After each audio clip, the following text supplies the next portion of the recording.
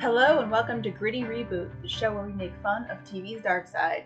I'm Sarah Dunaway, and with me are co-hosts Kevin James and Hunter Markham. Hello, Sarah. How are you doing? Pretty well. How about you? Good. I just learned so much about the very real science behind upper and lower larynxes. Hunter Markham weighing in here. I thought there was such a thing as an upper and lower larynx when you used those terms just 2 minutes ago, Kevin. There is, Mhm. but it doesn't work the way you seem to. I was misled by YouTube. Can you believe that? The internet lied to me. I can believe that. Wow. Thrown under the bus. Okay, so you do raise your larynx for certain things, such as swallowing, Mhm. be the main one. Yeah. But not so much Singing? You don't just move it around as you talk. I like to shake my larynx like a Polaroid picture. I don't know. I mean, I probably couldn't find the larynx on a diagram, so I know there are vocal folds. Yes. That's pretty much it. That's where my knowledge of human vocal anatomy starts and ends. The only thing I know about the larynx is I'm a big fan of Raekwon's first album, Only Built for Cuban Larynx. What? No, that's only built for Cuban links, Hunter. Okay, I was like, why is this slightly familiar? Jeez. Oh, yeah. Lately, I've been starting every episode with a different song because I got tired of our theme song. I haven't heard that yet because I'm behind on uploading to YouTube. I was just like, I'm gonna throw in songs that are by different bands that I'm listening to and I will put them in the show description and tweet them out. And if anyone is like, fuck you guys, I don't want to be on your show, I will re-upload it with the old music. But I was just like, we're doing everything freeform. Fuck it. It's not like we're currently running ads, so we can use copyrighted stuff because we're not making money off this. This is just fun and hanging out with my bros, as they say. Sarah, you. I don't think that's how that works, but I was talking about upper and lower larynxes 3 minutes ago, so who am I to judge? What's the worst that happens? I'm just still stuck on that we're not getting paid for this. So you were lying when you said the check was in the mail. Yeah. That's right. a figure of speech. Meaning I'm stalling. Alright, should we get into the episode? Yes, okay. We are on season 1, episode 6 of Wynonna Earp. Known 7. As 7? I thought it was episode 6. Oh, 6? Yes, hold on. Yes, it was 6. See? Trying to gaslight me right out the gate. Trying to fuck with my head. First you're trying to convince me I can move my larynx. Now I'm all messed up on episodes. So yeah, season 1, episode 6 of Wynonna Earp. Okay, this one was so much better than the last episode for me. Hopefully you guys... Yes. Thank you. Because last episode, I think we were deeply disturbed. Thankfully, this episode had 0 makeout scenes between Wynonna and Doc Holliday. Well, this had what we've all been craving, a breakup with Champ. Finally. I'm a little hurt over that. I got deep into the Champ fan community for Wynonna Earp. We're known as the Champmunks. Female Champ fans are the Champettes. So this hit me, and I have to imagine it's a very active community, the Champmunks. I actually just wrote a fanfic, champing at the bit. Fan art everywhere. All the, you know how YouTube shippers will put their favorite scenes of couples together with copyright music. So I just imagine there's lots of Waverly Champ compilations set to We Are the Champions. See? Absolutely. And they don't get in trouble for putting that on YouTube. Champagne Supernova. I was searching for videos of Champ on YouTube earlier today for reasons that will not be explained ever. Hey. And there are none. No one has bothered to upload any videos of him. Okay, he gets broken up with. He was probably appeared in 3 of these 6 episodes, maybe 4 at the most. Instant prediction, does he ever return again?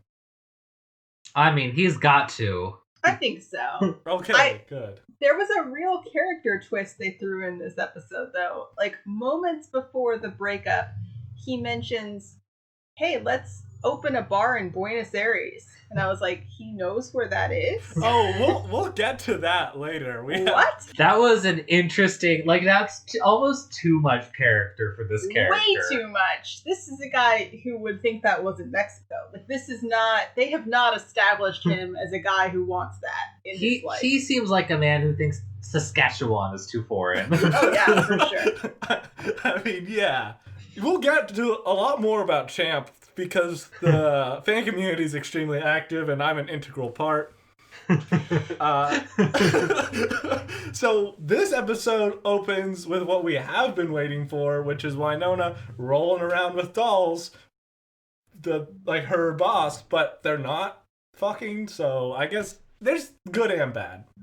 They're beating each other up, martial artistily, I guess. And Doll's like, wow, you've really loosened up and are a lot better at fighting now. The implication being because she slept with Doc Holliday, she's now loose and limber, because that's how martial arts work. You have sex and then you're a better fighter. Yeah, I actually just gave up on yoga because like sex was so much more effective. So, you know. That's the thing, like that doesn't work like that. No. You don't, I mean, unless Doc Holliday's dick really is magic and you just get better fighting. Maybe it was because they went from arguing to having sex, so the sex was a bit more like grappling, like she bit off part of his ear. I have no idea, but I think you guys are underestimating like just what good training sex is for fighting. Like when I was in Taekwondo, like you could skip like 4 belt levels if you proved you had sex the night before.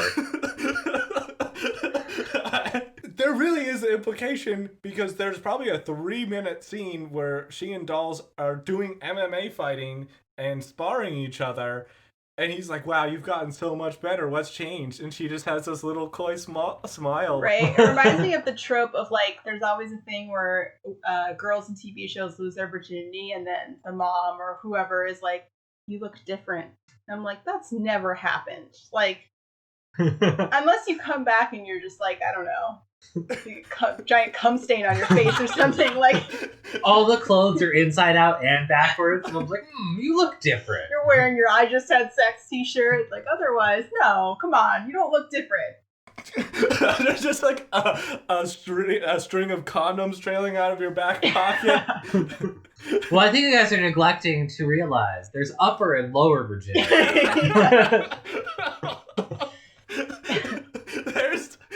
There's multiple types of virginity. I'm still spiritually a virgin. I've been born again, which is a thing that can happen, right? Can't you be born again and be rebaptized and you're like, I'm a virgin again? That's a thing people claim. Absolutely. It's crawling back into the uterus that's the really tricky part, not getting back out. But, okay. The other thing that happens in this scene is after the battle, Dolls is shaking, and we get this first hint that he's on some sort of super secret science drugs, which this was, unless I really missed some subtext, this was not built up at all in the previous 5 episodes. No, what I would guess is they realized, oh shoot, we haven't made Dolls interesting. Quick, give him a drug addiction. I immediately just started quoting Dragon Age because in Dragon Age Inquisition, there's a character, Cullen, who takes lyrium like all the Templars. Sorry, no one's gonna get this reference if they haven't watched Dragon Age or played it. But he goes off of it, and so he has like this I used to take lyrium, but I no longer take it, and it looked exactly like that kind of deal. Like this makes him a super soldier, and now he's off of it. So here's the thing. Essentially, every one of these episodes is an interview with the world's greatest gamer, Sarah Dunaway. And times I'm tempted to ask, like, we all follow her Twitch channel. How does it feel to be, as you guys like to call yourselves, the most elite gamer? I would never call myself a gamer. That's a different type of person. I'm a person who plays games. Person first language, Hunter. You mentioned Dragon Age twice in the last 3 episodes. I'm just God saying. damn it.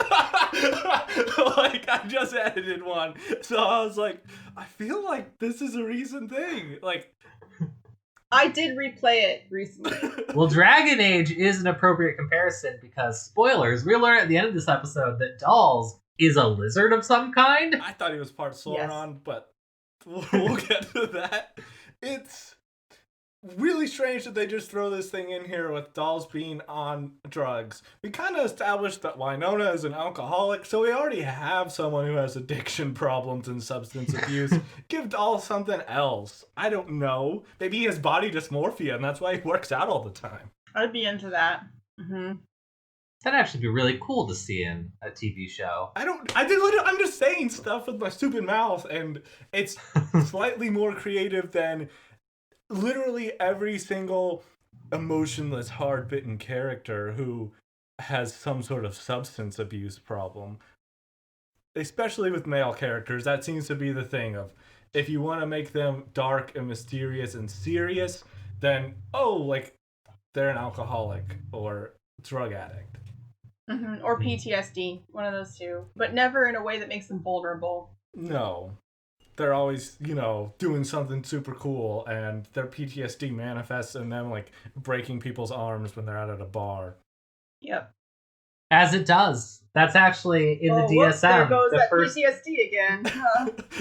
In the DSM-5, the actual first symptom of PTSD is become a super soldier. Yep. Yep. I mean, I saw Con Air. Nicolas Cage killed a man with his bare hands. That's the opening scene. So you know it's a good movie. And yeah, after the random addiction plot on Dolls, we go to Wynonna and Waverly having dinner in a diner, and they're talking about how great the sex is with their respective partners, which... Did we need to know Champ was great at sex? I don't know. He doesn't seem like he'd be a very giving lover from everything I know about Champ up to this point. Well, what's really baffling is, a couple scenes later, we see Champ and Waverly together, and Wynonna says, "Hey, get away from my sister, 9 seconds." And you're thinking, yeah, solid slam, insults his sexual prowess. But, earlier in the episode, Waverly says he's great at sex, so that's a weird mismatch. Oh, I thought she was not. I thought it was she was saying it, but it was clear it wasn't really true. Well, he responds to it weirdly, too. He says, it was 8 seconds. Oh, God, loser. It's because of it's bull riding. He's supposed to stay on the bull for 8 seconds. Yeah. And there's the bull riding movie, 8 Seconds. Interesting. She was, making a bull riding joke, but relating it to sex. And then he just... okay. I was so baffled by this. I'm like, I've never heard someone argue down before. I'm going for a record. I'm trying to get to 3. It's the presidential fitness test of sex. You have to beat your best time. Exactly. The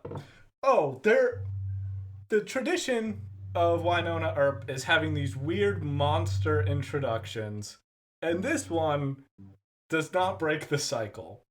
Because we just have this throwaway scene, which, I know it was a throwaway scene because you skipped right over it, Kevin, and I don't blame you, because it's just some long-haired hippie walking through the woods, and out of nowhere, a blur comes and grabs him and drags him off, and leaves his scalp behind. Yeah. They have a disease. They need to learn how to introduce a menace in a way that's not just...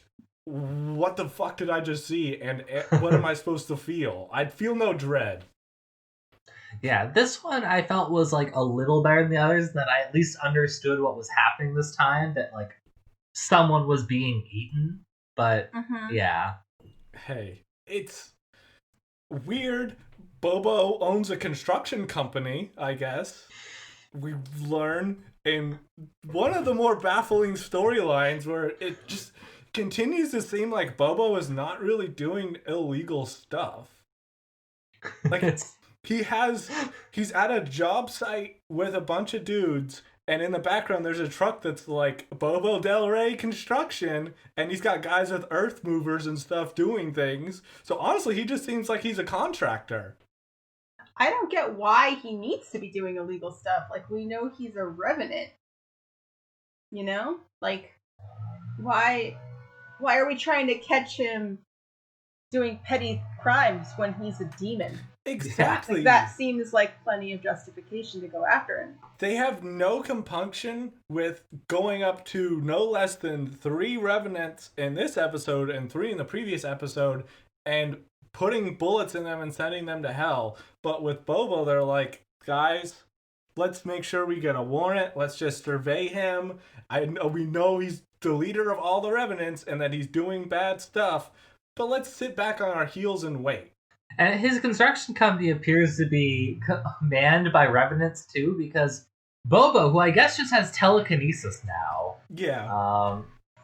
he gets one of his revenant workers to impale themselves with a power drill, which I'm not sure what they need a power drill for. They weren't building things at that point. They were just digging a foundation, right? Yeah, they were just digging up stuff because I guess he's excavating places to find pieces of the Stone Witch's son's skeletons. That was what I gleaned from all this. I don't know why you'd need a power drill with a drill bit in a digging operation. All I know is that drill bit to the face is going to have to go on the OSHA report, and Bobo's going to be buried under paperwork for the rest of the episode, which is why we don't really see him again. I did like, this was my favorite part of the episode, this amazing match cut between the power drill going into the Revenant's face and I think it was Waverly spraying ketchup on her fries. Yeah. That's how they transition to Wynonna and Waverly having a wonderful dinner where they talk about their respective sex lives. I had to stop the episode and laugh for like 3 minutes of that. I think it's that they don't really pull it off, but yes. Almost. And that's so what's close. So good about it. It was a comedic choice in what was not supposed to be a comedic moment. And, you know, all I know is that everyone hates Wynonna, this waitress included. I guess it came back later in the episode, but they really... I'm trying to find like the best way to put this. Why the fuck does everyone hate Wynonna so much? Right, like I get a few people, like the woman from a couple episodes ago where Wynonna, you know, slept with her boyfriend. Like, okay, sure. But did she sleep with everyone's boyfriend? Yes, it took a lot of effort. But after 3 years of like daily practice sessions, she finally slept with everyone's boyfriend. It's just, I mean, she cannot have personally antagonized each member of this town. I just don't believe it. And if she did, they could at least maybe bring it up and it could be this comical thing of like, oh, you on 4th of July like set off fireworks inside my van when we were in high school or something, and like I had to replace all the upholstery. It's just like weird shit where it's like, oh, Wynonna was a troublemaker little delinquent, right, and everyone had some sort of run-in with her, or like she used to dine and dash at this family restaurant. Something like that. But we just get this lady who's being catty to her, and later in the episode, apropos of nothing, says, I never liked you, Wynonna. Which... We just need more variety in responses to Wynonna. Yeah. I mean... Yeah, I need someone to show up who's, like, been emulating her this whole time and, like, copies her wardrobe. Or, like, a dude who's always been in love with her. Like, let's mix it up. Yeah. I mean, Champ's always been in love with her, but Champ's always been in love with anything that's female. Yes. And, oh, we get a new character introduced. The blacksmith. Yep. Okay. So, this came slightly out of nowhere. It's like, she's a First Nations lady who does blacksmith work somewhere around Purgatory, and she's supposed to be super intimidating, but she's just a beautiful woman, and I feel like maybe she and Waverly have more chemistry than Waverly and Officer Hot, because we haven't seen Officer Hot in eons. Yeah, where is she? Is she still working for the police? Is she still in Purgatory? Is she on vacation in Buenos Aires? It's just all these characters that keep getting brought up and forgotten about. Like, we still have no follow-up on the judge. Yep. Yeah. I really liked the intro scene though with the blacksmith where she just has all of these fake landmines apparently as her security system. And I was telling Kevin, like, that's what we need to do. Like, we can't afford one of those like ring doorbell things, but let's like put a bunch of flat discs out in the front yard with the word landmine on them. That'll get them. Defused pressure mines everywhere. Totally. I think that'll work. It's honestly, yeah, an interesting introduction to this character, and I guess what she just tells them, oh, based on this photo of the hunting party that killed the last Earp heir, this one person who you can see their neck tattoo in it, that's this revenant who was branded with this cattle brand. So they go through to great lengths to introduce this character, but they have so many characters and moving parts in this show, and they seem to just put some aside for several episodes at a time. Mm-hmm. I don't know how they're going to reconcile this, or if they're trying to build an expansive world, but I don't know. It's hard to get invested in these side characters when we don't see them very much, and we already have enough trouble getting invested in some of our main characters. Yeah, and the blacksmith didn't really have a lot to do. Just like identify a photograph and sprinkle some dust on Waverly later in the episode. Not a great use of an intro character. I feel like, okay, this is supposed to be this small ass town. Why aren't they using the device of like there's a history with some of these people? Like, why aren't they using that more to introduce new characters? Like, I don't know. Waverly and the blacksmith were best friends in middle school, but then there was a catty mean girl thing that happened, and you know, turns out Wynonna slept with her boyfriend. Yeah. I don't know. Like, I want like more. You know, if you're gonna have this really small town, use that to make us more interested in all of these random people you're introducing. Mm-hmm. It could have been a lot better if they did build that small town element where people have heard of people or had run-ins, or when this blacksmith is revealed to be this lady, Wynonna recognizes her and is like, oh, it's you. You shot my dog or something. Right. Oh, you were the one in that threesome that time. Oh. Yeah, there was a lot of moving parts in that encounter, so now that I can't believe the dog ended up dead again. So wait a minute, you're the blacksmith? Jenny Mitchell? We had algebra together. Yeah, right. Like, why are all of these people like they've never seen them before? Yeah. When Purgatory has like 20 people living there.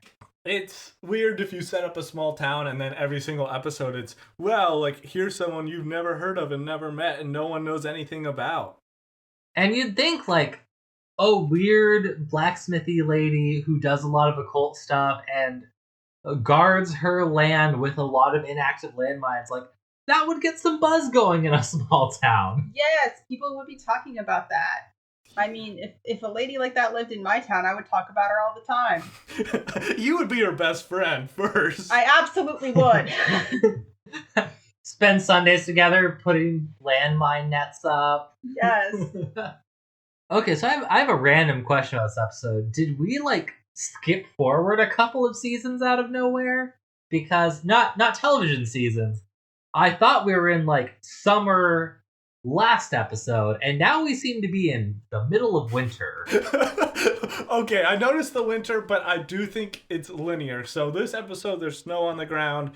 2 episodes ago, when we were dealing with the demon barber who lived underwater, all the trees were bare. So I was like, okay, it's fall. So I think we're transitioning. So I think it's supposed to be like early winter now, because the snow's not November. super deep. Ah, okay. Uh-huh. And then my other question is, Waverly inherits something from her Uncle Curtis. Is this the same uncle who died in the first episode? Yeah, this is Curtis. I remember him. He was really ugly. He was stupid. Yes. I'm just baffled because they're getting their inheritance now, like 6 episodes after his death. At least 1 season has passed. Like, what happened with the will reading? You can't just give someone a haiku with no warning. You have to really wait till it's the right time. Okay, yeah, that's a weird... There's 2 weird side plots.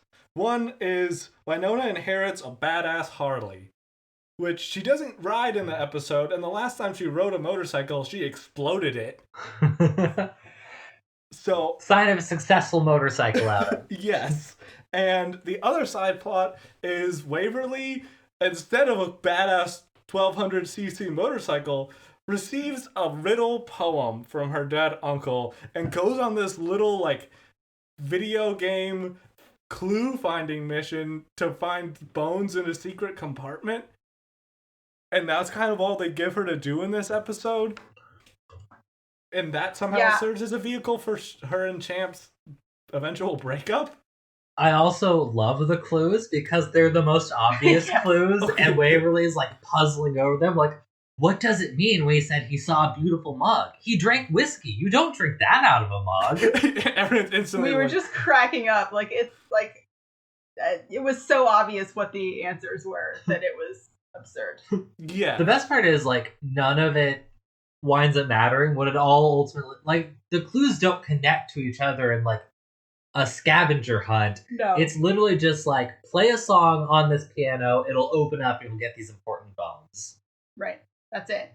It could have been, if you go here, you get part of a key or another part of a cipher to decode another thing, and then it becomes a real scavenger hunt where the steps matter. Look, clearly Leslie Knope did not make this scavenger hunt. That's what we can say definitively. They probably spent a total of 5 minutes of screen time on this, and they probably spent a total of 3 minutes of writing time on this whole plot line, because it's not their strongest. How do I transition to Doc Holliday infiltrates Bobo Del Rey's construction site? I would just skip that. It didn't seem important. Oh my god, but I loved that scene because nothing made any sense in this. Doc Holliday goes undercover on this icy construction site, breaks in somewhere and finds the skeletons of the Stone Witch's son.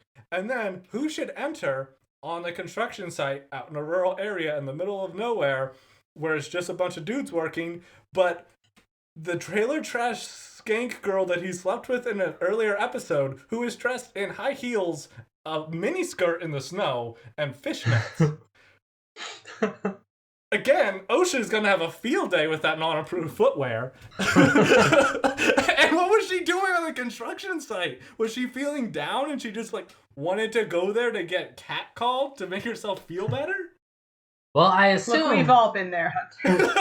I assume she was using her heels to help dig up, just like the power drill was. Like, nothing but the finest tools for the Bobo Del Rey Construction Company. But why was she there? Her first thing when she finds Doc Holliday and he pulls a gun on her is to start undressing. So it was a really strange scene. There's zero reason for her to be there. And then after Doc Holliday turns her down, she's then walking along a snow-covered dirt road alone in the middle of nowhere, still in high heels and miniskirt, and then the cannibal revenant monster from earlier snatches her up and kills her. What? It was like they put no effort into putting a character in a realistic situation or setting where they might be. Yeah, they're just setting us up to victim blame. Like, why was she wearing that? Why was she even out there? Like, basically begging to be eaten, you know what I mean? Yeah. Looking like a snack, you get eaten like a snack. Like, at least give her, like, a purpose. Then it's, makes a little more sense. It wasn't even a purpose like, oh yeah, I'm Bobo Del Rey's construction hoe, and I hang out on the job site. Construction hoes. Yeah. They wait around seeing who gets hot from working construction in the summer. She just scoping for a young Archie. But if you had seen Bobo pull up with her and he's just like, stay in the fucking construction trailer, I will put on my fucking bear skin later on my lunch break, that at least would have been some sort of setup. Oh, I forgot about the fucking bear skin. What if she also enjoys a good hike? Like, women people have layers, you know what I mean? Like, she doesn't live to just suck Bobo's dick in the trailer park. But if she enjoys hiking, why was she dressed Well, that's what I'm saying. Like, why wasn't she just like, why weren't we just seeing another side of her? I would have accepted that. I would have accepted that as well. People have dimensions. She could be really into ice fishing. I don't know. Yeah. People have dimensions. Characters don't. Characters are supposed to be people. I know, I'm making a joke about the writing. But yeah, and then Doc Holliday finds out about how Bobo's trying to dig up these skeletons of these two dead guys, and their bones have been scattered all over. He's alone with the skeletons. The smartest thing to do would be to stop Bobo's evil scheme and just like take a rib from one of the skeletons when he scampers off the job site. But apparently he just leaves. He could stop this whole thing by just taking that rib and then going to Uganda or anywhere else in the world, because he's not even constrained by the geographical limitations of the Revenants. He doesn't even have to go that far. He can just like drop it right outside the Purgatory Devil's Triangle limits and be like, good luck. Yeah, he could just take a steamer, which, believe me, there's still steamers, over to Japan and drop it in the middle of the Pacific Ocean, and then boom, Stone Witch never gets her sons back, and since he hates her for imprisoning him in a well, that'd be some pretty cool revenge. Mm-hmm. Doc Holliday, not good at revenge. Terrible at revenge. This is also just a very weird, like, if anyone stops by this construction site, I think they will have some questions about the mission that's occurring. Possibly they will punish all of these construction workers by putting them in jail and making them watch Poltergeist on repeat. This is just a bad idea. It's very odd, and we don't return to it again. I think the construction site scene happens in the first 10 or 15 minutes of a 40-minute episode, and then that's really it, because we're way more invested in the fact that there's a cannibal revenant running around chomping people, which, here's the fun thing, is they find out from finding a body part that it's a female cannibal serial killer, which is great because we just don't get enough female serial killer representation in fiction. We do not. Granted, most serial killers are male. I also was, watching this episode, reminded of the Smallville episode called Cravings, in which a young Amy Adams does some sort of thing to lose weight where she, involving kryptonite, and then eats people. Oh yeah, she like sucks all their like fat, and they look like all shriveled little mummy skeleton creeps. That's like in season 1 of Smallville. Yeah, same title. Isn't this episode called Cravings too? Constant Cravings.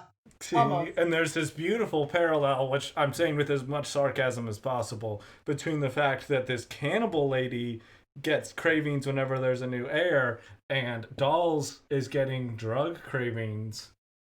Being a drug addict is exactly like being a cannibal, I've always said. Dolls is on some weird future drug that he has to inject with a gun and get from a special source. So they're really adding a new sci-fi element to this supernatural show, and I'm not sure I'm on board with that. My best guess is that it's some kind of drug that's supposed to help Dolls with his job, like actually be able to like take on the supernatural, because that's usually a fixture of shows that have fantastic elements with like an underlying layer of science fiction. Sure, I mean that's the obvious, but I would like to believe that he's freebasing the blood of former Earps. He's just like, he digs them up, and then that's what's going on. I mean, he's got to keep. Let's go back to Waverly and Champ, because this is the thing I really want to discuss, because their breakup. So weird. So we all want this to happen, so I feel like I can't complain too much, but my god, it seems really unmotivated the way it actually plays out. Like, there have been so many better opportunities to break up with him. Instead, she breaks up with him and is like, wow, that was really something. We should celebrate with some sex. And she goes, wow, I can't believe you'd say that. I'm more than just sex. We're through. This after he very nearly slept with her sister and then was completely unsympathetic and hitting on her right after her uncle or whatever died. Uncle and then also Shorty later on. Right. Instead, now she's just like, I don't want to have sex right now because I'm holding a skull. Goodbye, we're done. Okay, I mean, look, that's fair. Consent is important, and he shouldn't be coercing her. I get it, but this was a weirdly weird reason. It was not a satisfying breakup. I wanted to see Champ at his grossest when she broke up with him. I wanted him to cry. Yeah. Just for my own enjoyment, really. I wanted something maybe a little bit more emotionally complex than... They just had him throughout this episode be kind of a dumb goofball where he's like, you're into the past and old stuff. And she's like, you mean history? And he's like, you're so smart, you know words. Let's do sex. And... It was borderline endearing, I want to say. Yeah, this was the best Champ has been. Like, he wasn't being as slimy as he has been in past episodes. He was more just goofy. I was like, well, I wouldn't date this guy, but like I would tolerate him for an evening as like a buddy at a bar. Yeah. You know? But yeah. I was thinking we either have him be super gross creep and we have a really cathartic breakup where she's just like, Champ, like, this is not the first time I've walked in on you fooling around with someone else. And you know what? Like, I have other shit going on in my life and I'm fucking done with you. And he's floored by it. Or you could do something where she has to end up saving him in one of these Revenant schemes. And then she's just like, had been planning to break up with him, and he's like super grateful that he's had his ass saved again, but she still has to put him down, and it becomes a more emotionally complex thing for her. There's a lot of ways you could go to make this a bigger, better moment. Or like he catches her making out with Officer Hot, and she's like, okay, let's break up. I would have accepted that also. Yes. It just didn't seem like Waverly had really given any consideration to it until it happened, and it was such, for Champ, a minor thing. Like, I almost want it, like, explained now that, like, the Earps just have, like, hair trigger breakup responses. Like, the reason we don't see Wynonna's mother in the flashbacks is she asked her dad to put down the toilet seat after he's done. He's like, whoa, too far. But, yeah, he doesn't seem that upset either. Whenever Waverly's like, we're broken up.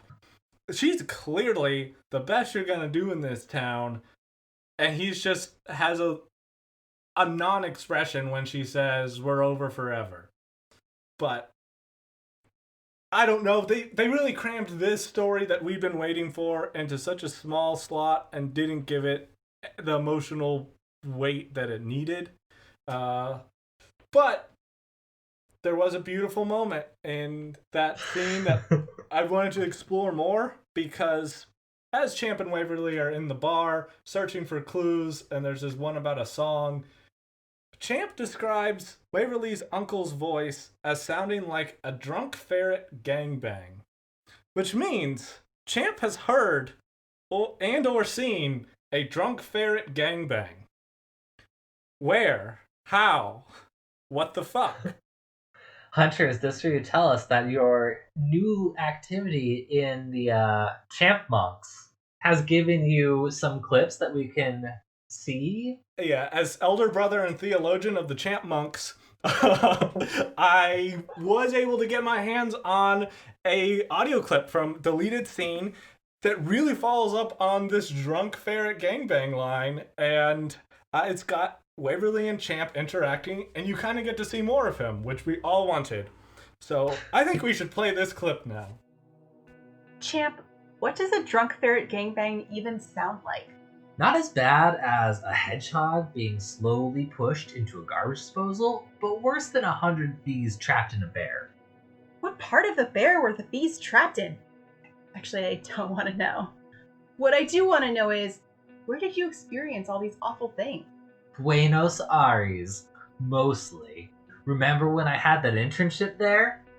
Yeah, as soon as you got it, we went on a break because you said you couldn't do long distance when you were, in your words, surrounded by South American slam pieces.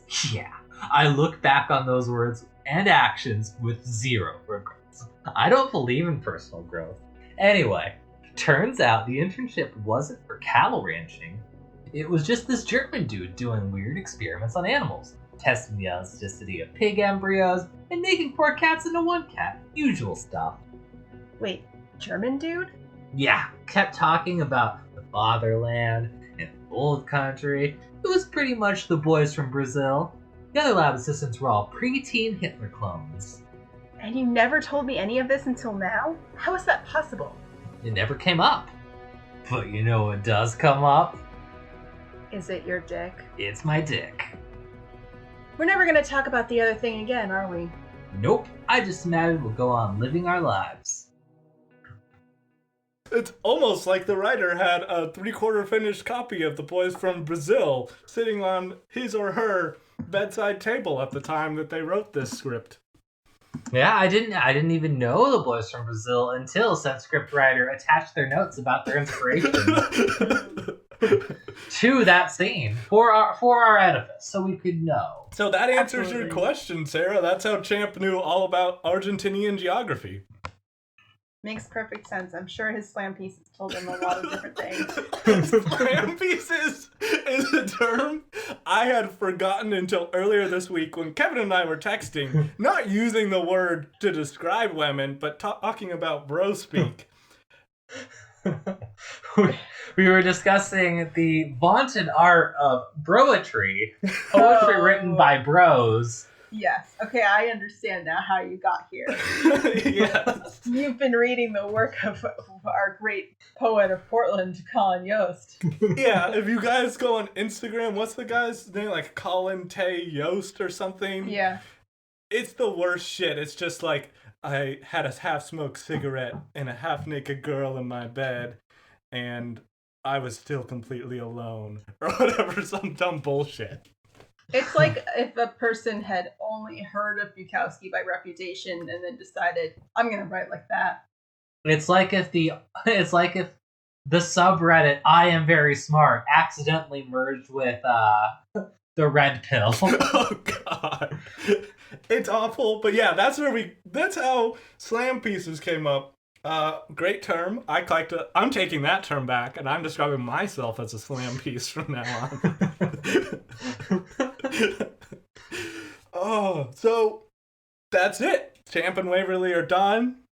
I think me and the rest of the Champ-loving community are going to be pretty heartbroken, but I hope he moves on, and I'm shipping him and the blacksmith. Oh, she could do a lot better. She could straighten him out. She seems strong. She seems like she would literally explode his truck if he cheated on her. I think she's the only person who could keep him in line. That makes sense. Yeah. So, I feel like we focus so much more on Champ and Waverly because we care so much more about Waverly than the other characters in this show. Meanwhile, It's also just the main plot is not very interesting this time around, because what's happening is Dolls is being blackmailed by Doc Holliday to get him the info about something or other. I wasn't really paying attention by this point.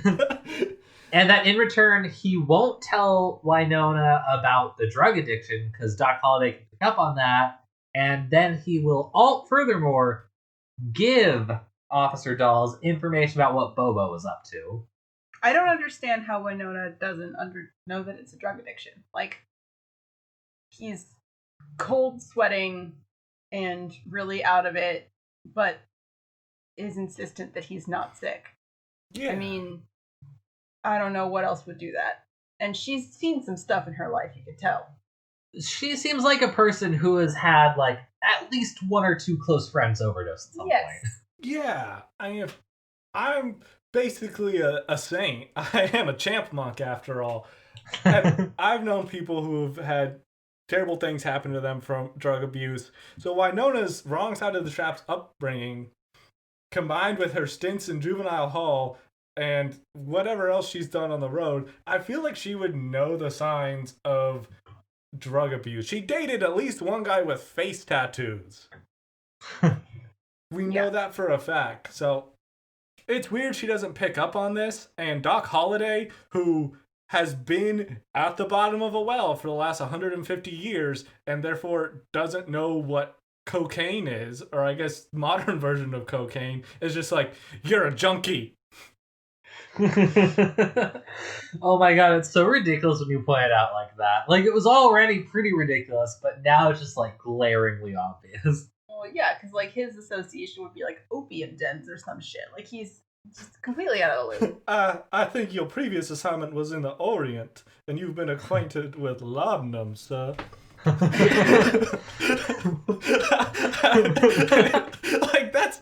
oh my god, Doc Holliday would have the most racist speech patterns and shit. Because he would not know any better since he literally crawled out of a well like 2 months ago. So every time he talks to dolls, I feel like he'd be one step away from using a racial slur. Yeah. Not even one step, but yeah. This is what we're missing out on, that Old West realism. That's what we watch this show for. Yes. Absolutely. Yeah, and then they also make the cannibalism boring somehow. Like, cannibalism is not boring. I need to see way more action. What would you propose they do to show some more cannibalism action? Okay, well, first of all, I think a weird flaw in this show that we touched on earlier is that instead of having one of our characters be like staking things out and see a monster, they just show a monster really briefly, but don't show that much about what's happening. Whereas, like, if, what if Dolls was, like, patrolling an area and he saw,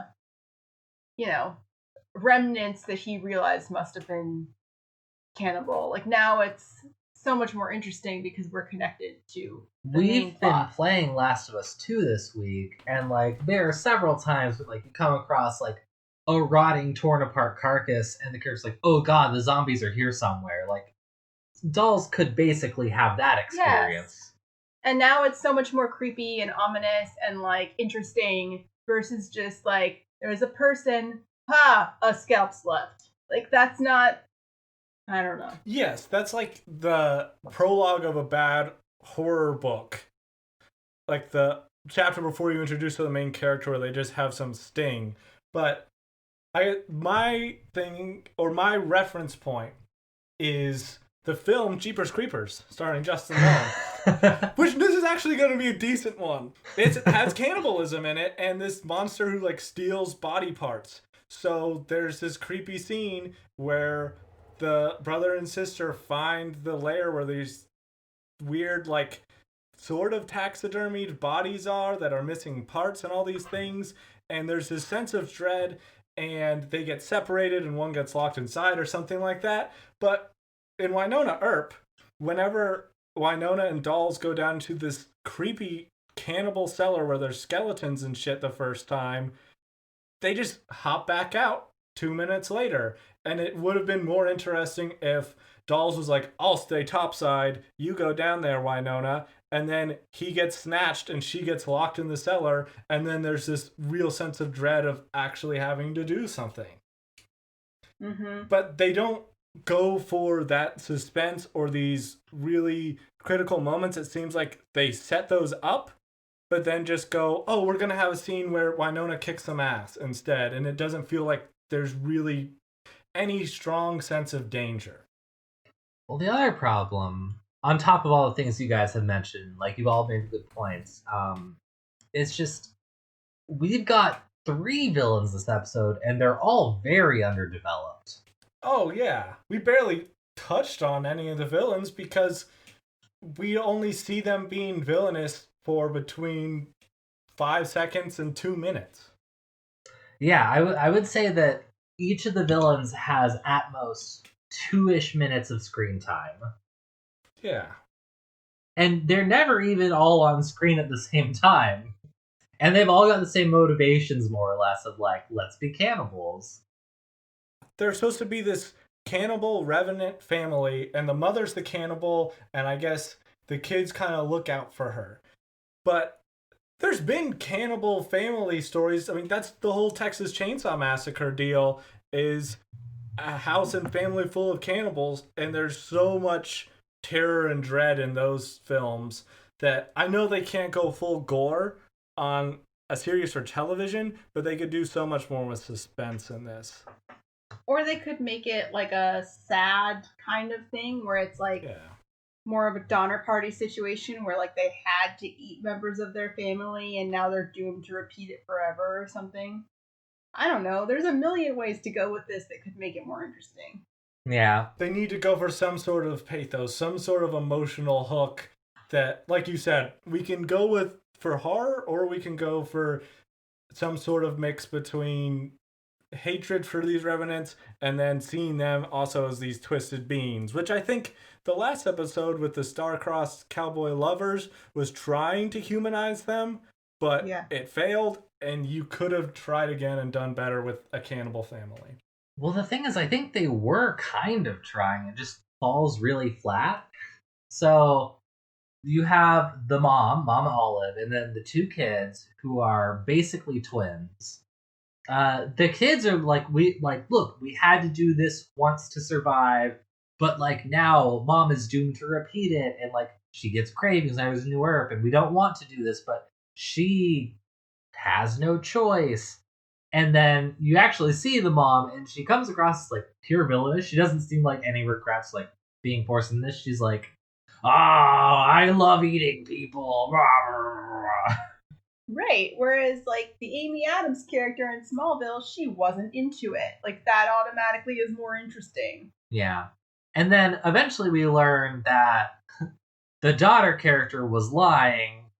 They did it more than a few times, and that's why they came back as revenants. They did deserve this fate, and that she's a member of the Seven, because they previously thought it was the brother who was, but it's actually her. And then I was a little confused by this, because she makes it sound like she didn't become a member of the Seven until Wynonna's dad became the heir. But we know the Seven have killed at least 3 heirs, so I'm very unclear if the Seven used to have a different seventh member, there's just a falling out, or what. It's kind of like a legacy band where different members have moved in and out. So exactly. Still called the Seven, but in total, if you look at the Wikipedia page and it shows past members, it's more like 12. Yeah, depending on the tour, you might not get the same people. Has one of those timelines where it's the years and it shows lead murderer, key torturer, 1967 to 1994. And then it was someone else after that.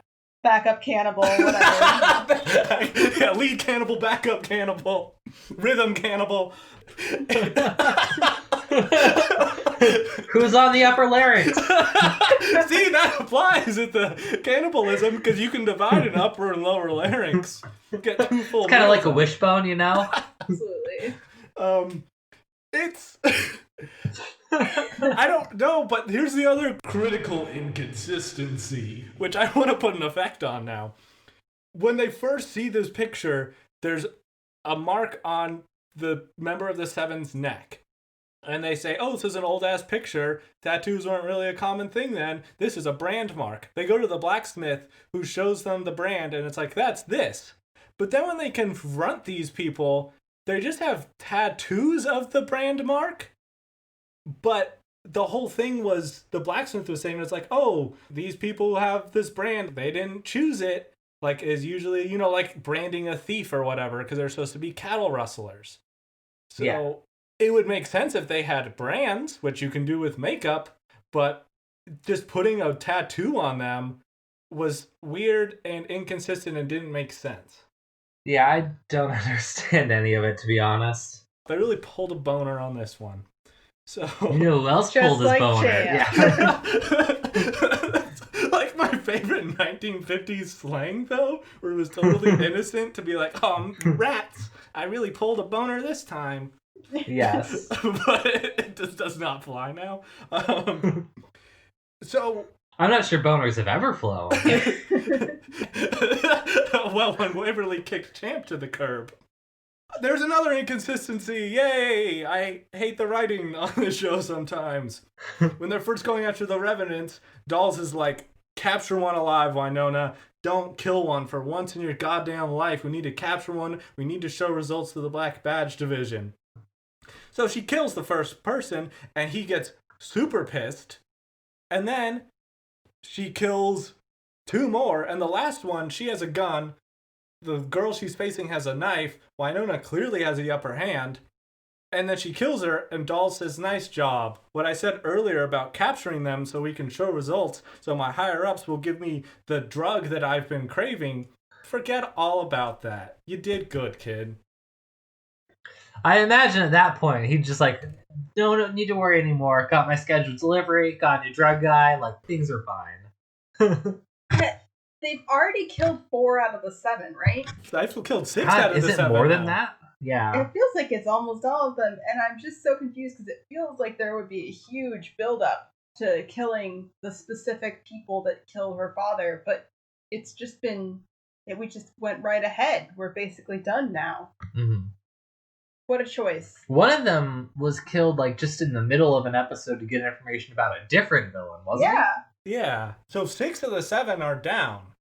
I would think there would have been more of a ramp up where Wynonna is battling some lower revenants and Dolls is trying to train her and he's like, you're not ready for the 7. The ways they'll come at you, you'll never fucking see it coming. You've got to unhead up your ass.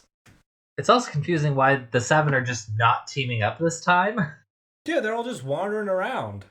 Right, weren't they buddies? They've killed someone together before.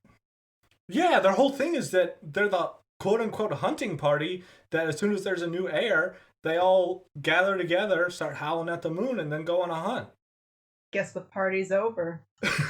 But why? Yeah, we could have had where she was fighting revenants and trying to track these guys, but then the tables have turned and they're coming after her, and instead of dealing with one chump at a time, she's got multiple dangerous foes after her, unless they're gonna pull some shit where the revenants get pulled up out of hell and she's gotta face them all over again. Oh, I would hate that.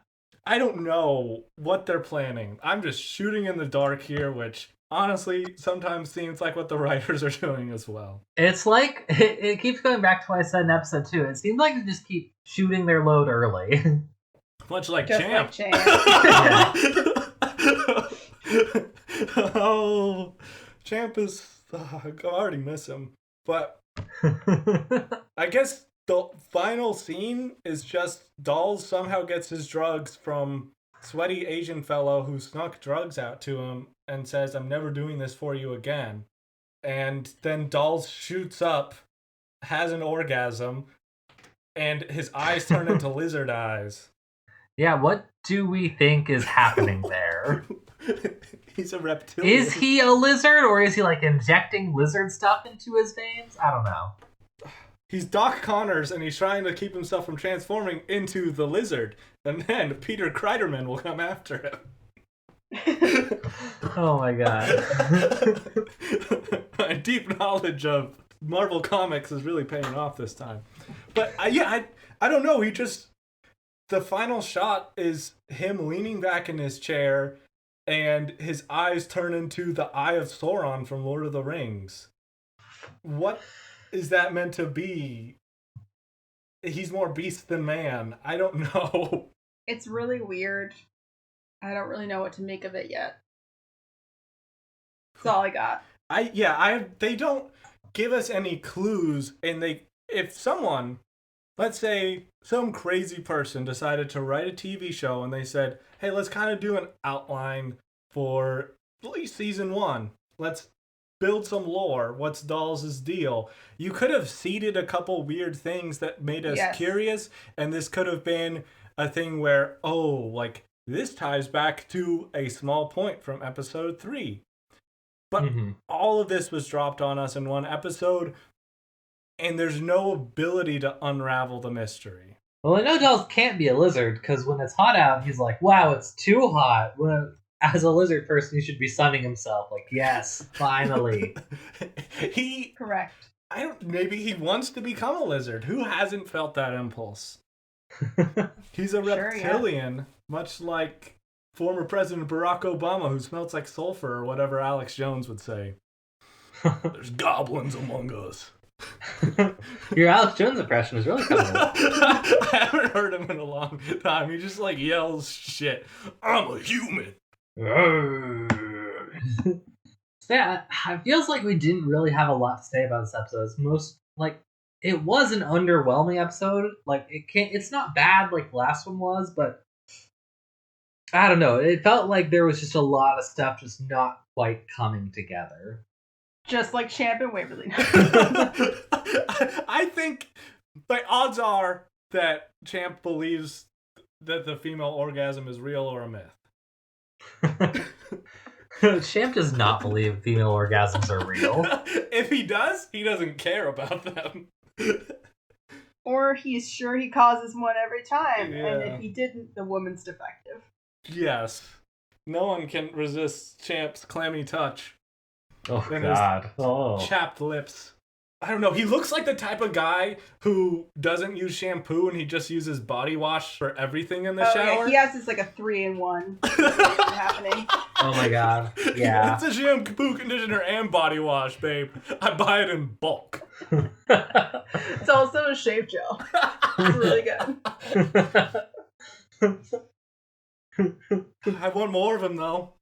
I like him better than I like Dolls. He had more endearing moments in this episode. At least he was saying things to Waverly like, oh, you're super smart, and wow, you're great at figuring this stuff out, and I recognize that you're interested in history, and... He did, which is why it's so weird. Like, that was clearly meant to annoy us, I guess, but it didn't work because he was being complimentary while being a bit of an idiot, and that is, like, the universal sign of, like Sarah was saying, a lovable goofball character.